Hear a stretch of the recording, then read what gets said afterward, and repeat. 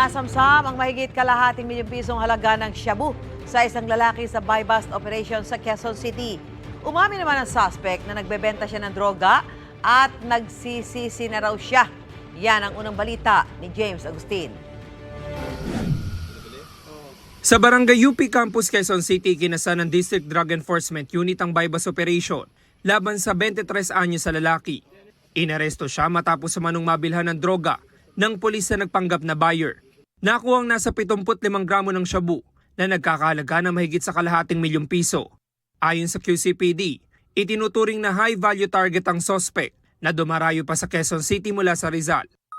Ang area of operation nitong ating suspect ay dito sa Taytay Rizal, Antipolo, and of course dito sa Quezon City.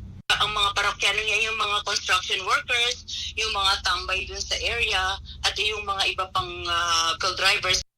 Ang suspect natuntun daw ng pulisya matapos madiskubre na katransaksyon siya ng unang naarestong lalaki noong nakaraang buwan. Nasabat noon ng nasa 50 gramo ng shabu. Ibinalot sa mga tela at basahan at pinagmukhang parcel para hindi mahalata. Bahagi raw ito ng modus ng suspect.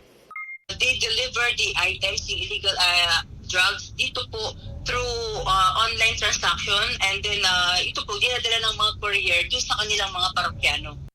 Inalam pa ng pulisya ang pinaka-source ng droga. Sasampahan ng suspect ng reklamong paglabag sa Comprehensive Dangerous Drugs Act.